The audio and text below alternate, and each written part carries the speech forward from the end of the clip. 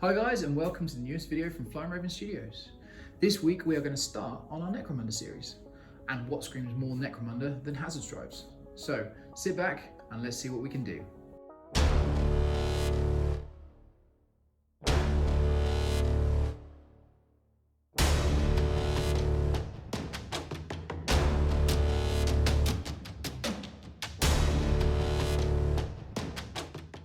So as you can see, what we've got is one of the doors from the Necromunda terrain sets. I've just primed it black, and then it's kind of gives it a good base for you to be able to work on with the stripes.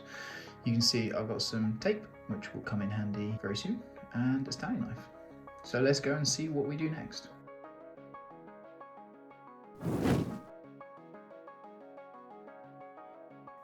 So the tape I'm using is 6mm tape. Now what you need to do is you need to make sure that you get the angle correct to start with. And as you can see, I've sped this up a little bit, but what we do is you're aiming for that kind of like 45-degree angle. Now the way I do it is I do one side of the doors to start with and work my way from the middle section kind of then to bottom and top, depending on whichever way you want to go, it doesn't really matter. But that's just the way that I find to get the perfect line. Once you've done one side, you then try and match up the other side as best as possible. Now these doors are quite handy because they've got a lovely little angle section to them where you can kind of run the tape from the center to that angle section. And that's how I've done it each time. It just means that you can get a really nice symmetry between the two.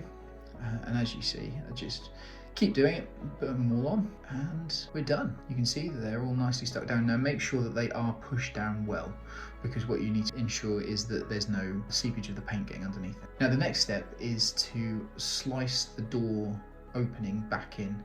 This will be obvious later on when you start taking the tape off, because what you need to ensure is that the tape, you've got a clean line when you take them off. So be careful of that, because it's obviously with a Stanley blade, so you just need to make sure that you don't catch your fingers on it. And then the next bit is removing all of the tape. Now I've done it so that the stripes are going to be 12mm. So you remove 2 sections of tape and then you leave 2 sections of tape and you just keep repeating that.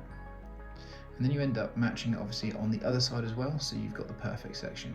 And once you've removed that last little bit at the bottom, just go back over the seam joints where the door is and just make sure you've masked them up as well.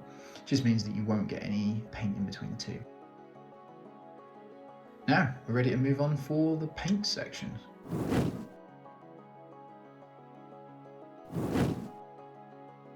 Now the first thing that you want to do is you want to get a kind of a browny red and start undercoating it with that. That then gives you that base colour to be able to work on the yellow. You can't go straight from black to yellow, so it's quite important to make sure that you build it up to start with. So as you can see, what I did is I used that brown and then I added some more yellow to the paint and mixed it in the airbrush and then worked that back up. Now you don't have to do this with an airbrush. I'm doing it with an airbrush because it's just easier. You can do it with a paintbrush and it has exactly the same effect. Just make sure when you use the brushes that you are brushing with the stroke pattern of whichever way the lines are going. In other words, try not to go against the tape because you could get some paint getting underneath it. The next stage is to remove the tape and see what you've got. Now, take your time, make sure that you don't pluck up any of that paint and make sure that the paint before you remove it is perfectly dry, because what you don't want to do is peel some of that paint that you've just put on off. You want to have those nice clean lines. And once you've done that, you're kind of ready for the next stage.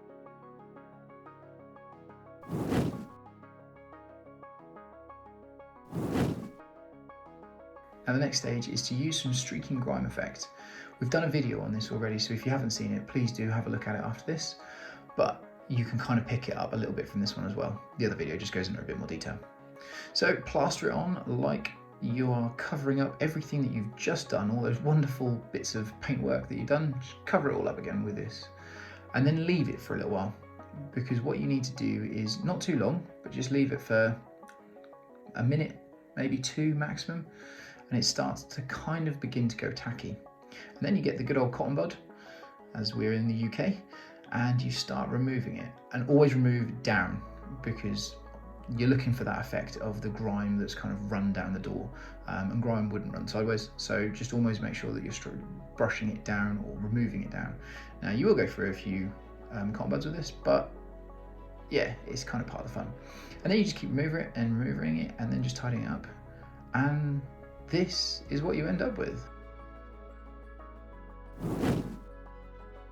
Pretty good really, isn't it? You've kind of got that lovely weathered effect on the yellows, but you've still got that grimy effect on the blacks. So I hope you liked it.